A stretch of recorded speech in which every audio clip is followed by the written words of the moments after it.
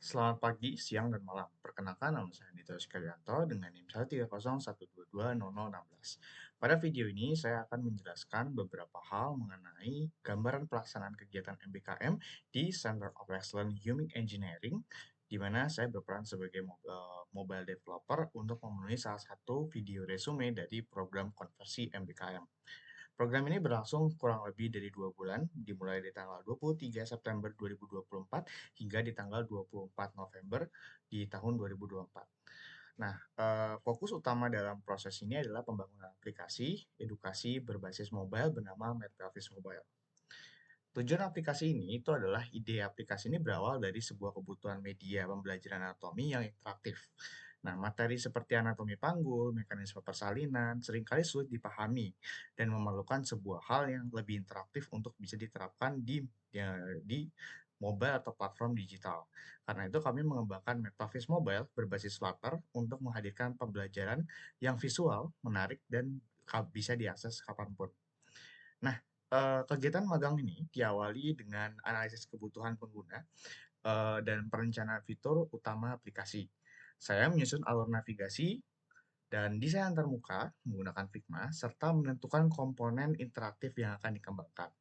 Tahapan ini melatih saya dalam mengelola kinerja pribadi dalam proyek, mulai dari perencanaan hingga penjadwalan juga, dan hingga pelaporan progres yang selalu diadakan setiap minggu. Nah, pelaporan progres ini bisa secara daring atau secara hybrid, bisa secara onsite di gedung CEO Engineering di gedung F gitu. Kemampuan inilah yang mencerminkan CLO pertama dari Web Internship Proyek Industri, kemampuan memanajemen kinerja dalam proyek. Melalui kegiatan ini saya belajar banyak bekerja sistematis, terutama menyesuaikan target waktu dan merevisi hasil kerja berdasarkan umpan balik dari mentor CEO Unique Engineering. Selanjutnya adalah implementasi antarmuka dan fitur interaktif menggunakan framework Flutter dan bahasa Dart.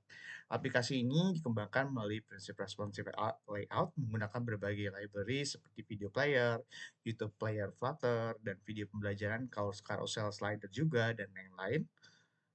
Dan saya juga memanfaatkan GitHub dan Figma untuk acuan sebagai desain UI UX. Nah, proses ini menjadi bukti ketercapaian juga CLO kedua saya pada Web Industry Proyek Industri, yaitu kemampuan menerapkan keahlian di bidang informatika. Selama pengembangan, saya menerapkan konsep OOP atau Object Oriented Programming, atau kalau dalam bahasa Indonesia adalah pemrograman berorientasi objek, responsive design, serta prinsip usability dalam interaksi desain interaksi antarmuka begitu. Nah, tahap terakhir itu adalah setelah aplikasi selesai dikembangkan, saya menyusun sebuah manual atau user manual sebagai panduan penggunaan kemudian yang untuk melaksanakan evaluasi dengan UX atau User Experience Questionnaire terhadap 33 responden untuk menilai kenyamanan, efisiensi, kejelasan, dan daya tarik aplikasi. Dari hasil evaluasi tersebut, aplikasi MetaVis Mobile ini menunjukkan skor positif di beberapa dimensi UX, termasuk daya tarik, efisiensi, kejelasan, keandalan, stimulasi, dan kebaruan.